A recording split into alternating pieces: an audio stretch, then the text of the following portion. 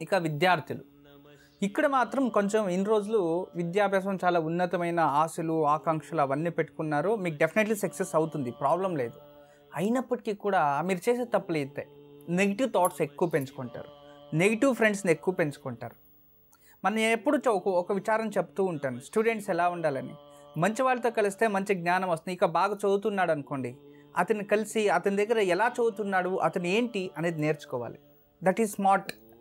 అర్థమైందా? అతను బాగా చదువుతున్నాడు అని చెప్పేసి అతను శత్రువు చేసుకుంటే నీ విద్య లాస్. మనం పాజిటివ్కి వెళ్తే మనం నేర్చుకునేది ఏదైనా ఉంటుంది. నెగిటివ్గా అతని ద్వేషం పెంచుకుంటే వాడు బాగా చదువుతున్నారా వరే అతని మనం ఏదైనా చేయాలి అనుకుంటే మీరే చెడిపోతారు. ఇలాంటి థాట్స్ ఎక్కువ వస్తుంటాయన్నమాట. మంచి మంచి ఇంటెలిజెన్స్ కూడా ఇలాంటివి వస్తూ ఉంటాయి. అందువలన ఏకాగ్రతగా ఖచ్చితంగా మీరు ఏకాగ్రత పెంచుకోవాలి.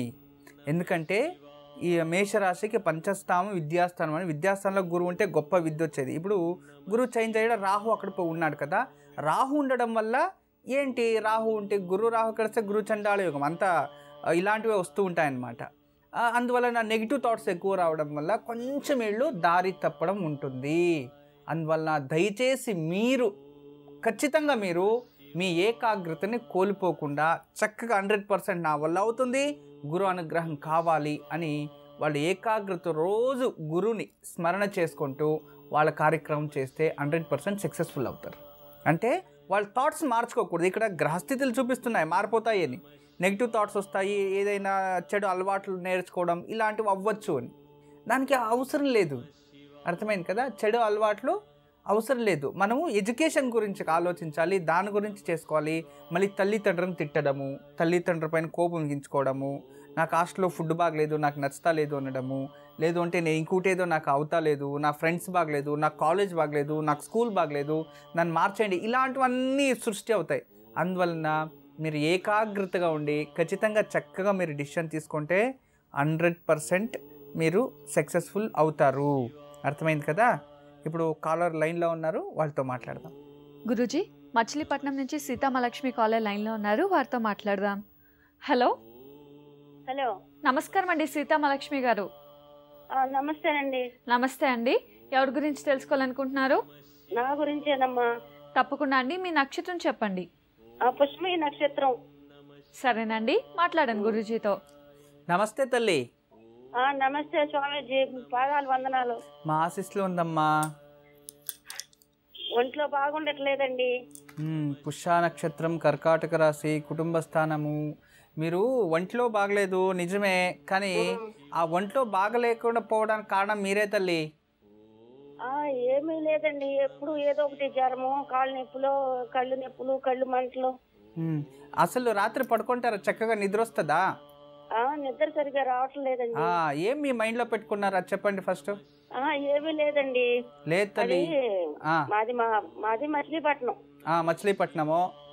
మచిలీపట్నం అయితే ఇక్కడ ముగ్గురు పాపలు మాకు. ఇక్కడ హైదరాబాద్ వచ్చామండి, ఏదో చిన్న ఉద్యోగం చేస్తారు మా ఆయన. నమస్కారం గురూజీ, మీ పాదాలకు వందనాలండి.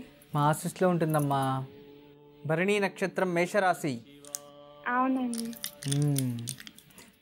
భరణి నక్షత్రం, మేషరాశి చాలా బాగుంది, పంచమ స్థానం చూపిస్తుంది. ఏం తెలుసుకోవాలి తల్లి నీ జాతకంలో? ఆరోగ్యం సరిగా ఉండట్లేదండి, ఇప్పటికీ 4 సార్లు ఆపరేషన్స్ అయ్యాయి. అందుకని ఏమైంది తల్లి? 2 సంవత్సరాల క్రితము ఎండోమెట్రిసిస్ అని సర్జరీ జరిగిందండి. తర్వాత మళ్ళీ 2 months బ్యాక్ కూడా ఆపరేషన్ అయింది. హెర్నియా ప్రాబ్లం ఉంది. ఇంకా స్కార్ దగ్గర చీమ వస్తుందండి, అందుకోసం సర్జరీ జరిగింది 2 months బ్యాక్. ప్రతిసారి పేగులు అతుక్కున్నాయి అట్లా అని చెప్తున్నారు. ఏం అతుక్కున్నాయి? పేగులు, లోపల పేగులు, stomach inside. Okay okay okay. ఇప్పుడు స్టమక్ అంతా అన్ని సర్జరీస్ తోటి అట్లా పెయిన్ గా ఉంటుంది. ఎంత తల్లి ఏజ్ నీకు ఇప్పుడు? 35. 35 years. నువ్వు జీవితంలో చక్కగా టైం టు టైం భోజనం తింటూ ఉండేవా? తింటానండి. చిన్న వయసు నుంచి బాగా తింటున్నావా? తింటున్నాను. అయితే నీకు కొంచెం హెల్త్ ప్రాబ్లమే ఉండేది. ఎందుకంటే ఇప్పుడు పేగలు అతుక్కుపోయాయి. ఇది మిస్టేక్ ఏంటంటే ఫుడ్ ప్రాబ్లం వల్ల, ఫుడ్ పాయిజన్ వల్ల, లేదా భోజనం తినకపోతే అలా అవుతుంది తల్లి. నేను బయట కూడా ఎక్కువ ఏం తిననండి, ఇంట్లో చేసిందే తింటాను, ఎక్కువ ఫ్రూట్స్ తీసుకుంటా. సరే అమ్మా, నీకు ఒక మంచి పరిహారం చెప్తాను, చేయి తల్లి. ఇప్పుడు లివర్ ప్రాబ్లం ఏం చెప్తున్నారు డాక్టరు?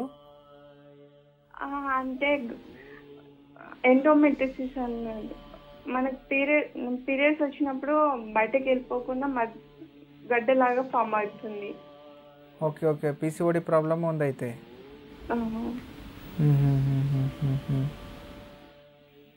మళ్ళీ హెర్నియా ప్రాబ్లం ఉంది కదండి, అది మెష్ వేశారు 2 months బ్యాక్. అది కూడా సరిపోక కొంచెం వదిలేసాను అన్నారు. 35 సంవత్సరాలకి ఇంత ఉందా తల్లి? సో ఎలా భరిస్తున్నావో ఏంటో. సరేమ్మా, నేను కొన్ని పరిహారాలు చెప్తాను, చేయి తల్లి. నువ్వేం భయపడకు తల్లి. పంచమ స్థానం చూపించింది, గురువు వచ్చాడు, ఖచ్చితంగా నీకు మంచిదే జరుగుతుంది తల్లి. ఎందుకంటే మేషరాశికి అష్టమ శని కదా, ఈ జనవరి నుంచి అష్టమ శని దోషం వెళ్ళిపోతుంది.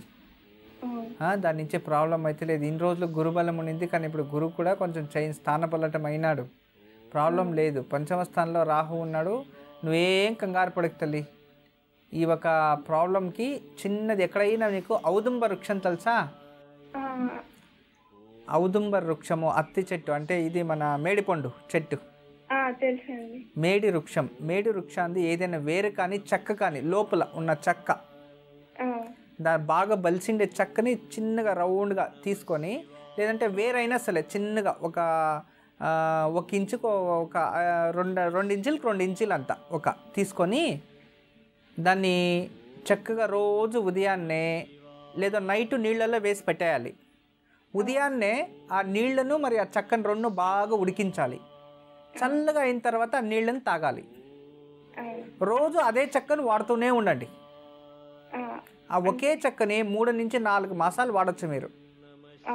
అలా రోజు చేస్తూ ఉంటే తల్లి, స్టమక్ నువ్వు ఏదైతే ఇంతకుముందు ప్రాబ్లం చెప్పావో అది ఆటోమేటిక్గా సాల్వ్ అవుతుంది తల్లి. నీకు ఎలాంటి ఇబ్బంది రాదు, ఆయుష బలం ఉంది, ప్రశాంతంగా ఉండ తల్లి. తర్వాత శనివారము రావి చెట్టు మొదల్లో నువ్వుల నూనెతో 2 దీపాలు వెలిగించి 5 ప్రదక్షిణలు చేసి అక్కడ నుంచి నేరుగా గోమాత దగ్గరికి వెళ్ళి గోమాతకి నీ చేతుల నుండి ఏదైనా తినబెట్టి 5 ప్రదక్షిణలు చేయమ్మా. ఇలా కరెక్ట్గా ఇది ఒక 16 వారాలు చేసుకుంటూ, తర్వాత నేను చెప్పినట్టుగా రోజు ఆ వాటర్ తాగుతూ ఉంటే తల్లి, ఖచ్చితంగా నీ ఆరోగ్య సమస్య ఏదైతే ఉందో అది దూరం అయిపోయి నీవు ఆరోగ్యవంతంగా చక్కగా బాగా అయిపోతావమ్మా. అర్థమైందమ్మా? ఇంత చేయి తల్లి. మళ్ళీ శుభవార్త తెలియచేయాలి, సరేనా? తప్పకుండా. మంచి తల్లి, మా ఆశీస్సులు ఉంటుందమ్మా. నమస్తే. భాగ్యలక్ష్మి గారు విన్నారు కదా, గురూజీ చెప్పింది పాటించండి, తప్పకుండా శుభం జరుగుతుంది. గురూజీ జ్యేష్ఠ నక్షత్రం గురించి తెలియజేస్తున్నారు. జ్యేష్ఠ నక్షత్రం, ఇక జ్యేష్ఠ నక్షత్రంలో జన్మించిన వారు విశేషంగా కీర్తి పురుషుడు, ధనవంతుడు ఇవన్నీ అవుతూ ఉంటాయి. ఎప్పుడూ ఏదో ఒక ఆలోచన చేస్తూ ఉంటాడు అని దైవజ్ఞ విలాస తెలియచేస్తే, అంతేకాకుండా విశేషంగా జాతకాభరణం ఏం చెప్తుందంటే నానా మిత్రాణం, అంటే ఎక్కువ మంది మిత్రులను చేసుకుంటూ ఉంటాడు. కవితాసక్తుడు, ఎప్పుడు పాటలు వినడం, గానాలు వినడం, అంటే అలా చెప్తూ ఉండడం, సంగీత ధ్వని రాకపోయినా ధ్వని చేస్తూ ఉండడం. తర్వాత దానియు, అంటే ధర్మాలు చేస్తూ ఉంటాడు. మహాబుద్ధివంతుడు, మహా పరిక్రముడు, శూరవంతుడు, తర్వాత అందరితో గౌరవాన్ని తెచ్చుకునేవాడు అని విశేషంగా మానస నగరి చెప్తుంది. అంతేకాకుండా తర్వాత ఏదైనా ఒకటి అనుకుంటే ఇది జరగాలి, అది మంచో చెడుదో జరగాలి అని ఒక ప్లాన్ వేస్తే అది జరిగే వరకు వదలడు, అలా ఉంటుందన్నమాట. అలా విశేషంగా మనకి ఈ ఒక జాతకాభరణం తెలియజేస్తుంది. ఒక్కొక్క గ్రంథంలో ఒక్కొక్క విశేషంగా దాన్ని మనకి విమర్శన చేశారు.